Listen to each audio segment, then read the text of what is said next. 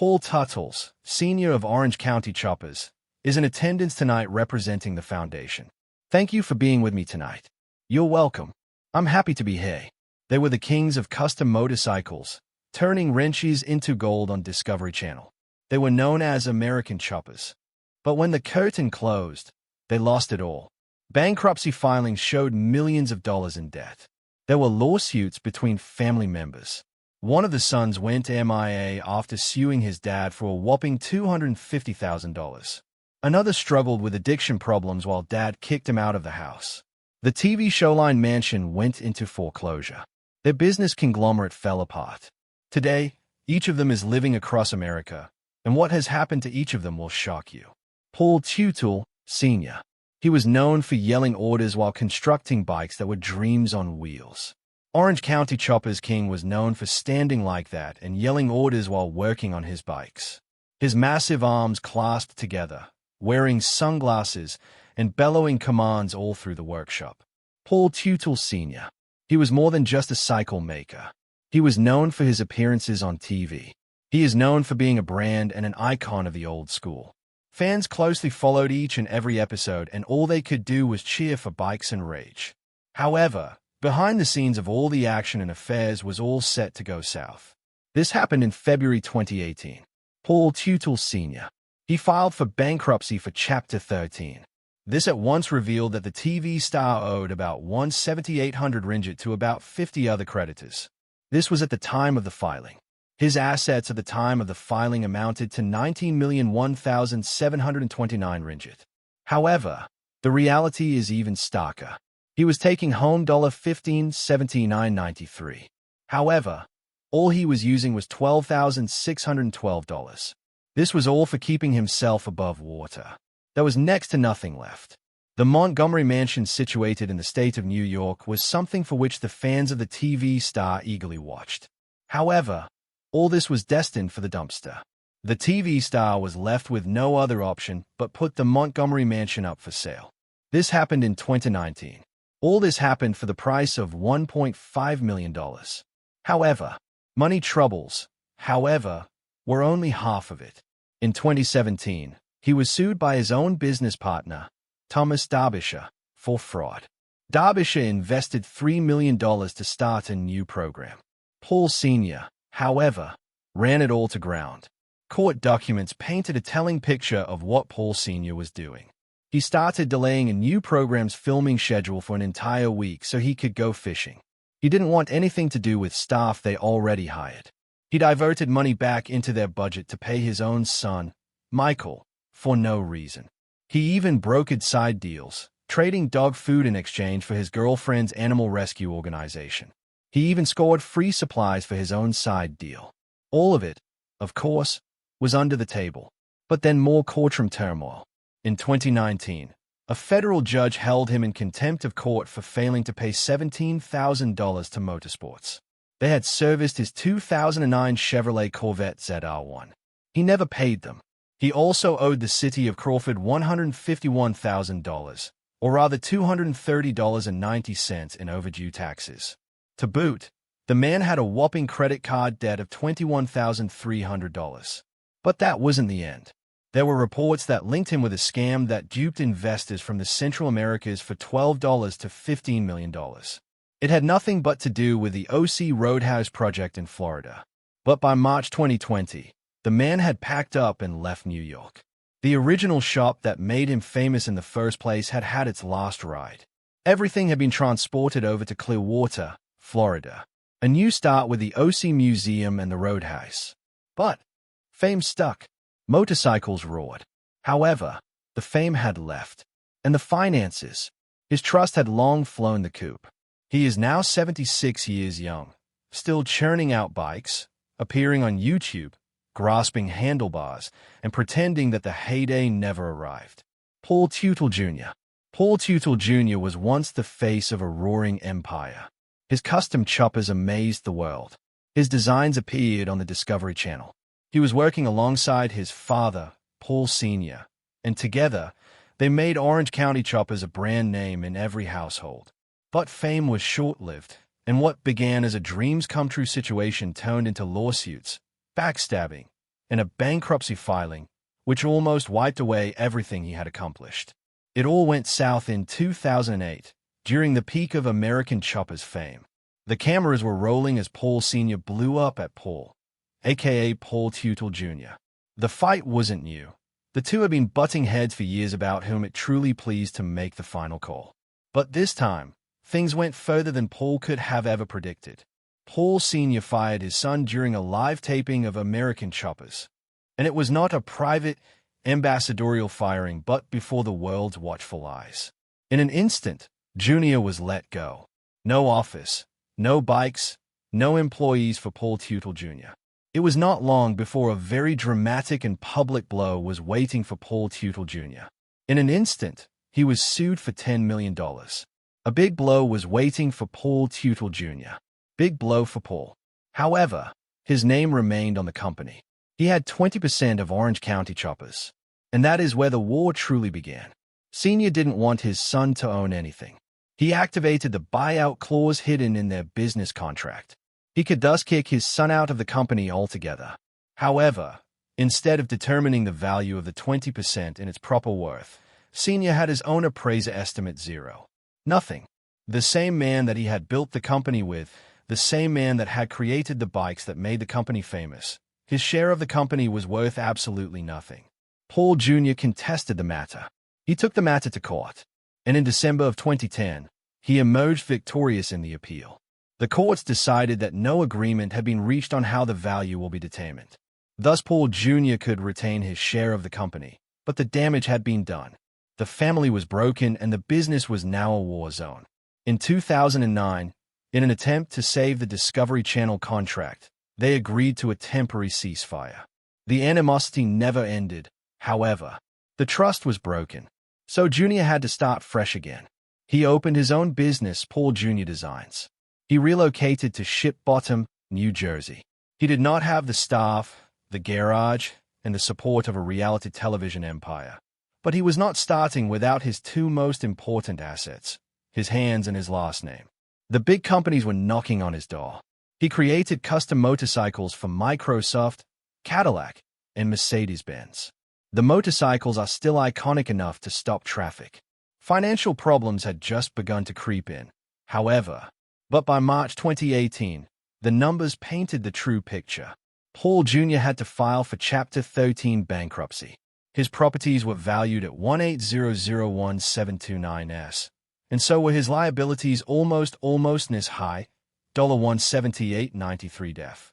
Apart from these liabilities, he had additional tax liabilities amounting to $51,308.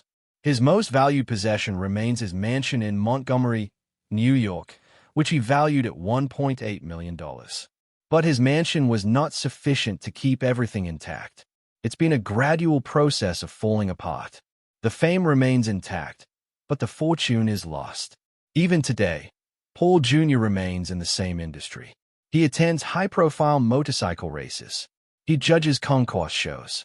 He still builds motorcycles but is not a part of his own business empire. Orange County Choppers moved forward without him. His net worth value is currently at just $2 million, a pittance of what he could have accumulated as wealth. He created bikes that he took around the world to display. He contributed to building a garage business into a global brand business. And he ended up with a bankruptcy case, a business, and a brand identity lost to the very man who taught him all that he knew. He accomplished all of this in a span of just a decade, going from a TV celebrity to a bankruptcy case, all because he could not stop building. Mikey Teutul. When American Chopper first aired, viewers were drawn because of the revving engines, the custom motorcycles, and the intense fighting between Paul Sr. and Paul Jr. However, there always seemed to be one man who introduced a refreshing element into the show. Mikey Teutul was not a motorcycle builder. He had nothing to do with the engines revving or the guns being thrown. Rather, he was telling jokes, answering phones, and picking up the mess in the Orange County Chopper shop. However, the struggle that most viewers did not realize Mikey faced had absolutely nothing to do with Paul Sr. and Paul Jr. Mikey's struggle was with himself. His struggle was with the bottle. The partying started quietly, almost as a hum in the background of his life. However, as the seasons passed, That hum grew louder and deafening. Mikey's addiction did not only affect him, it tore down everything that constituted Mikey's world. Mikey's father, Paul Sr., had a business started from scratch that he could not take anymore. This was no mere break. Paul Sr. kicked Mikey out of Orange County Choppers for good. The shop, the TV show, and the family business were now a distant memory for Mikey after that crushing blow. Fans began to notice Mikey missing from an episode or two. He wasn't around for the builds. He wasn't even in the background. People began wondering what was going on, but it was much worse than that. Mikey had gotten to such an end that his only option was to check into rehab. Either fight or lose it all. Even after he had cleaned up, trouble just kept finding him. Then, in 2019, he was sued for copyright infringement. His name is Scott Gunnels. He had taken pictures of Mikey years ago in 2013. Those same pictures had popped up on the show and on Facebook. They were selling t-shirts for $19.95 and hoodies for $39.99. One picture had the logo taken off of it because it was used in Mikey's art installation. He hadn't asked for their use. Then on February 18, 2020, he was awarded in favor of Gunnels. He had to pay $258.45 for using the pictures. This was just the cherry on top of the sundae of pain he had already endured. The money troubles did not end there. In 2004, Mikey gave his mother a down payment to buy a house from her. He lent her a sum of $550,000. The place was quiet. It was in Montgomery in New York. Yet 5 years later, in 2009, he was forced to sell the self-same house at a price of only $460,000. This suffering cost him a loss of $90,000. In fact, his total value in dollars, his net worth, was recorded at a staggering $2 million. However, it skid down to only $1 million. This was not all. There was more. This loss of money did not end there. There was a lot more else besides. But Mikey didn't stop trying. He picked up the pieces after his rehab, after his court fights, after the family home had left him. He rejoined Orange County Choppers, this time not as a legend but rather as the assistant general manager.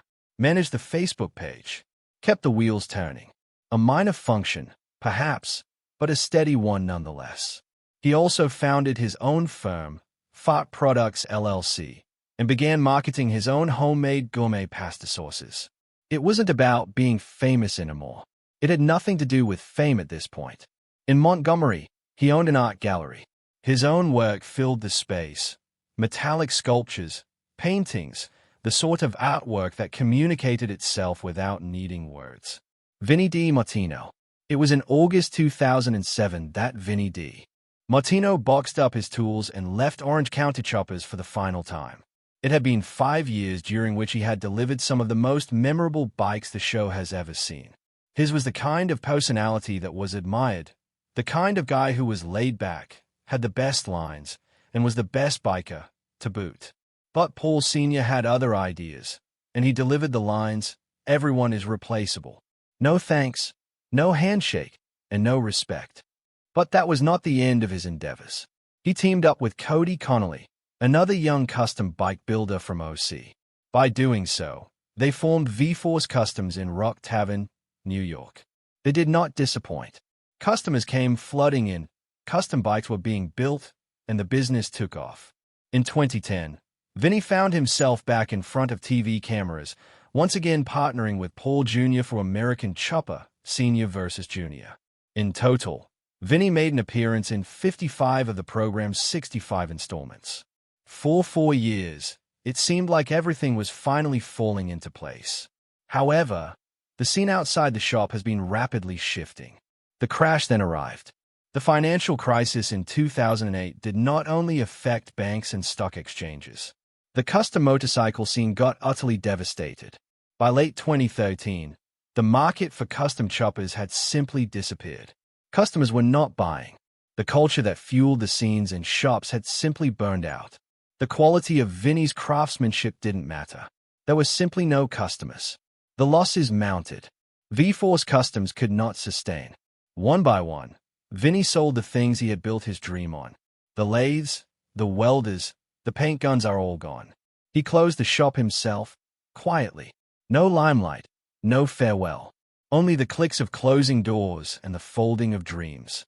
The same year, Vinnie made the difficult transition. He had very little left and opened Da Martino Motorsports in Montgomery. This time, it had nothing to do with high-end bikes and cable TV. It had to do with the bills. From building customized choppers for the world, he is currently repairing autos and light trucks for the community. There are no cameras in the shop, no fans in the stands, only grease, wrenches, and hard labor. Today, he is estimated to be worth about $1 million. While this seems a small amount for someone who once shone brightly in a reality TV show, this is what he has earned by his own hard work. No scripts, no tricks. Vinnie showed what he was made of that day when he walked out in 2007. Vinnie did not need Paul Sr.'s stamp of approval. Vinnie did not need his fame for life. All he needed was enough faith in himself in order to begin anew. Rick Petco. Fourth 18 years, Rick Petco awakened every morning in the state of Pennsylvania and made a 90-minute commute just to arrive at work. And then at the end of the day, he turned right back around and did it all over again. That's 3 hours a day, 5 days a week, sitting in traffic, squeezed between trucks and taillights just to arrive at the noisiest shop on television. But from July 2003 until 2016, Rick doggedly kept this schedule like a well-oiled machine.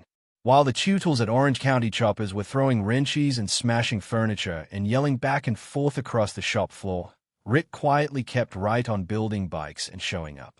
No one on television got a chance to see it, but his life was